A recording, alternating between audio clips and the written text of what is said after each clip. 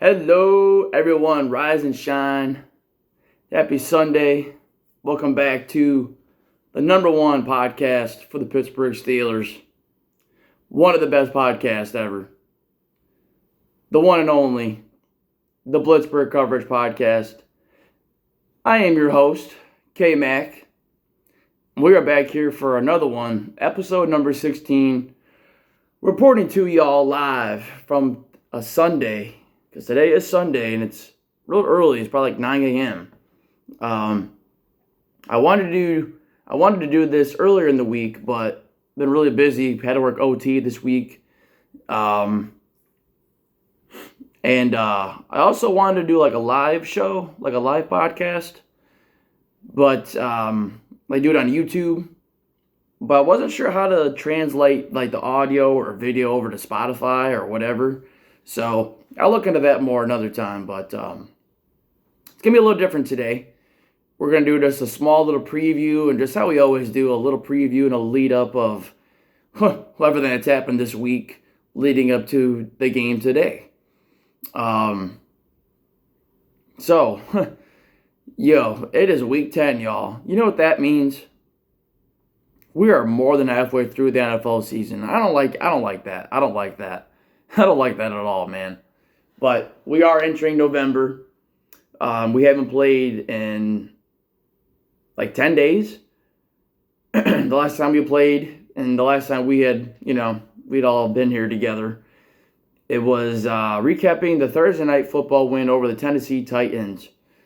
And so then we all got just to chill Sunday, because unless you're a fan of this team, you don't understand the heart attacks we all go through every Sunday as we twiddle our thumbs and we're doing backflips in our stomachs. So it's kind of cool just to be able to chill for a Sunday and just kind of see all the other madness, you know what I'm saying? But, yeah, man, let's dive right in because today is going to be different. I'm going to upload this one real quick after we're done. And then I'm going to do another one after the game later on today. So just recapping the dub. So there's going to be two podcast days. It's a duo day. And yeah, man, let's dive right into week 10, the madness that led up to this week. So first thing I want to start off with is there was a report that came out that Chukwuma Okorafor, the team's starting right tackle, had been benched last week for Broderick Jones. And that story wasn't really talked about or, what kind of led up to that. But we found out throughout this week the reason why Broderick Jones ended up playing out of nowhere. And this fucking caught me off guard. I was like, whoa. Apparently during the Jacksonville game, the game we lost against them 2 weeks ago, when we were down 2 scores, I guess Chukwuma said on the sideline something like he'd rather just the quarterback fucking kneel the ball rather than try to score or run out the clock. There was about 2 minutes left in the game. This is what the story is saying. The story is saying he was on the sideline calling for the quarterback just to kneel it out because he was that inconfident in the offense being able to push the ball down the field, or maybe he was just being lazy, or maybe he was really just calling shit out for what it is. And we all know what the elephant is in the room. I'm not going to make this video about a shit on Canada video. I'm not going to be, just write them off based off of one game on the sidelines and say, oh my God, we're all good. No. There's far too much evidence and numbers and statistics to back up that he sucks. We have 3 seasons of tape to see. But Chukwuma basically just said, nah, fuck it. We're not going to score anyway, so why even fucking try? And that's what got him benched. I guess Tomlin was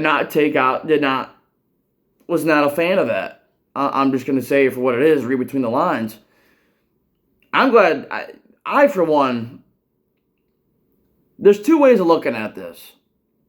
I look at it. I look at it as thank God someone had the fucking balls to say the fucking truth.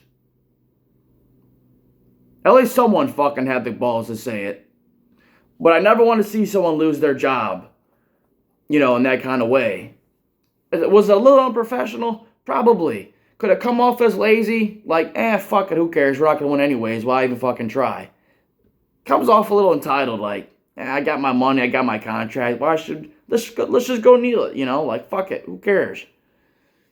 So I get both sides of it, but I guess the only really bright light in this situation is that Broderick Jones is going to be starting. Thank God.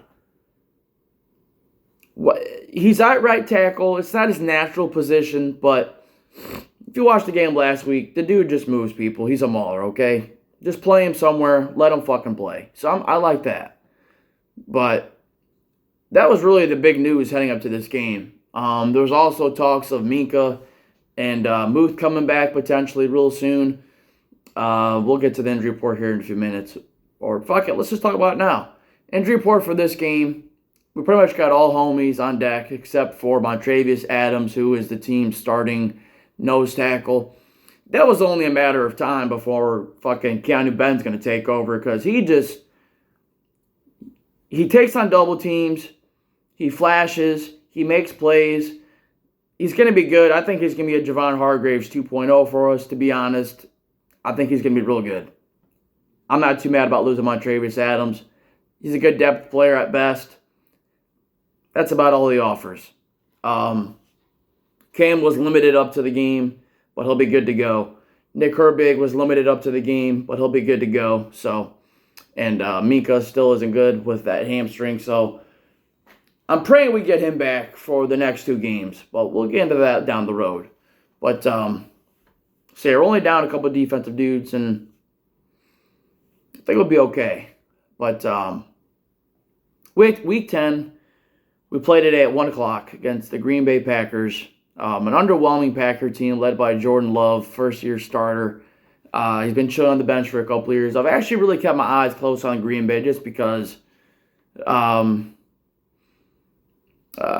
no particular reason. I was just kind of curious to see how this transition was going to go from the Favres to the Rodgers. And I was like, shit, they picked fucking two great quarterbacks. Let's see what this kid's got.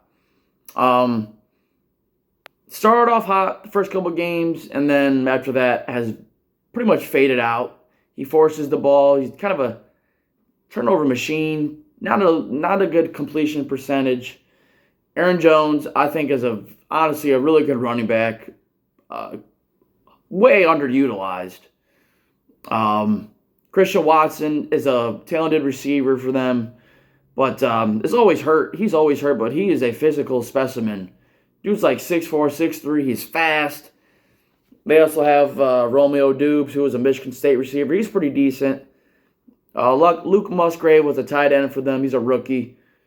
Defensively speaking, they're saying Jair Alexander, who's a very good corner, mind you, is doubtful for today, so that's a big loss for them. Rashawn Gary, former Michigan alumni. Hell yeah, go blue. Rashawn Gary came back this year off a torn ACL. He's been pretty good for them. Devondre Campbell is a pretty decent linebacker for them. So they got some decent players.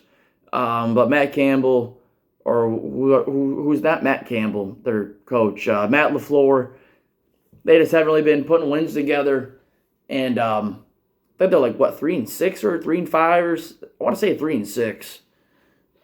So not the best Green Bay team. But, any Sunday, man, anything can happen. So, gut feeling for this game, man. Well, Green Bay hasn't beaten Pittsburgh in Pittsburgh since 1970. Since Terry motherfucking Bradshaw was our quarterback. So, I think we're going to win this game. My keys to this game are going to be stop Aaron Jones and get to Jordan Love and protect KP. Let's protect KP. Let's just get back to what we did last week, but finish them.